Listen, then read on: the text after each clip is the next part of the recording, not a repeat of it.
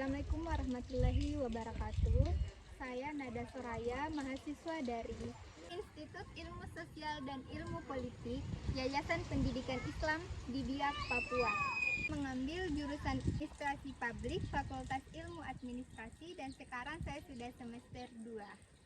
Teman-teman sekalian, di sini saya akan membahas mengenai pencemaran makanan. Jadi, pencemaran makanan itu sendiri atau kontaminasi adalah masuknya zat asing ke dalam makanan yang tidak dikehendaki atau diinginkan, baik secara langsung maupun tidak langsung. Jadi teman-teman sekalian, pencemaran makanan ini atau biasa disebut dengan kontaminasi. Kontaminasi ini terbagi menjadi 3 jenis teman-teman sekalian. Yang pertama adalah kontaminasi secara kimia, kontaminasi secara biologis, dan kontaminasi secara fisik. Baiklah teman-teman sekalian, saya akan membahas 3 jenis pencemaran makanan. Yang pertama adalah pencemaran atau kontaminasi secara kimia. Nah, salah satu penyebab umum makanan terkontaminasi secara kimia adalah bahan-bahan kimia yang berasal dari luar ataupun dari dalam makanan itu sendiri. Kemudian kita lanjut yang kedua, pencemaran makanan secara biologis. Nah, pencemaran makanan biologis ini terjadi ketika adanya makhluk hidup atau mikroorganisme yang hinggap di makanan kita. Dan kita lanjut yang ketiga, yaitu pencemaran makanan secara fisik. Pencemaran makanan secara fisik adalah ketika ini tidak berasal dari bahan-bahan makanan, tapi ini berasal dari di luar bahan makanan. Baiklah teman-teman, bahaya makanan yang sudah terkontaminasi secara kimia adalah bisa menyebabkan kanker paru, kanker payudara, dan lain sebagainya. Kemudian bahaya untuk makanan yang sudah terkontaminasi secara biologis adalah bisa menyebabkan diare, teman-teman sekalian. Begitu dengan secara fisik, kalau makanan sudah terkontaminasi secara fisik, bisa menyebabkan sakit perut dan lain-lain. Jadi teman-teman sekalian, ini adalah contoh kontaminasi secara kimia teman-teman sekalian. Ini kemarin saya beli bakso. Di sini di Biak Numfor, baik penjual bakso, mie ayam, sekarang itu masih menggunakan yang namanya plastik. Sedangkan plastik itu sendiri mengandung bahan kimia yang bisa menyebabkan terjadinya kanker kepada konsumen yang memakan makanan tersebut. Karena pada saat plastik terkena air yang sangat mendidih, itu bisa saja zat kimia yang terkandung di dalam plastik melebur ke makanan itu. Jadi teman-teman sekalian, ini adalah contoh kontaminasi makanan secara biologis. Yang kita ketahui adalah pencemaran makanan secara biologis itu adanya makhluk hidup yang hinggap di makanan kita. Ini adalah contohnya, ini sudah terkontaminasi secara biologis karena adanya lalat yang hinggap di makanan yang kita makan.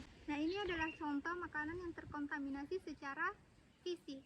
Ini saya ambil contohnya, saya memang benar-benar belum cuci tangan dan saya langsung ambil kerupuknya, dan ini adalah kontaminasi secara fisik karena tangan saya yang belum saya cuci dan saya sudah menyentuh makanan, itu sudah termasuk dengan namanya kontaminasi secara fisik karena bisa menyebabkan adanya bakteri di tangan saya karena saya belum cuci tangan. Baiklah teman-teman sekalian, itu adalah materi yang saya bawakan, yang saya sudah paparkan. Saran saya adalah kita sebagai konsumen yang akan memakan makanan yang akan kita makan, pilihan kita sendiri, patutnya kita harus memilih makanan yang betul-betul bersih, yang betul-betul tidak mengandung bahan-bahan yang bisa membahayakan diri kita sendiri atau bisa membahayakan tubuh kita teman-teman. Jadi pesan saya, stay safe untuk kita semua dan mari kita hidup sehat untuk memperhatikan yang namanya pencemaran-pencemaran itu perlu kita perhatikan dan perlu kita perhatikan untuk hidup sehat kita. Dan pesan saya, saran saya kepada pemerintah Kabupaten Biak Numfor agar menghimbau para pedagang kaki lima untuk tidak banyak menggunakan plastik pada saat jual makanan, apalagi makanan yang sifatnya makanan yang pada saat kita beli baru dimasak atau makanan yang mendidih seperti makanan bakso, mie ayam atau berkuah-kuah. Patutnya pemerintah Kabupaten Biak Numfor ini perlu mensosialisasikan itu kepada pedagang kaki lima yang ada di Biak Numfor ini. Terima kasih. Jadi kesimpulan dari penjelasan atau pemaparan saya yang tadi adalah penggunaan zat adaptif atau tambahan dalam makanan dan minuman itu sangat berbahaya bagi kesehatan masyarakat, terutama zat tambahan bahan kimia berakumulasi dalam tubuh dalam jangka waktu yang relatif lama karena kesalahan bagi yang menggunakannya. Kemudian keracunan makanan bisa disebabkan oleh kesalahan dan ketidaktahuan masyarakat dalam pengelolaannya. Ya teman-teman, terima kasih sudah mendengarkan, memperhatikan penjelasan dan pemaparan saya mengenai pencemaran makanan.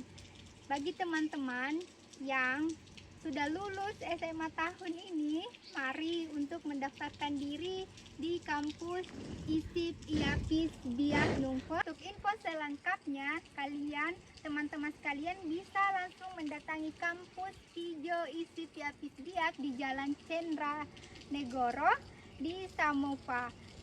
Terima kasih. Thank you for watching.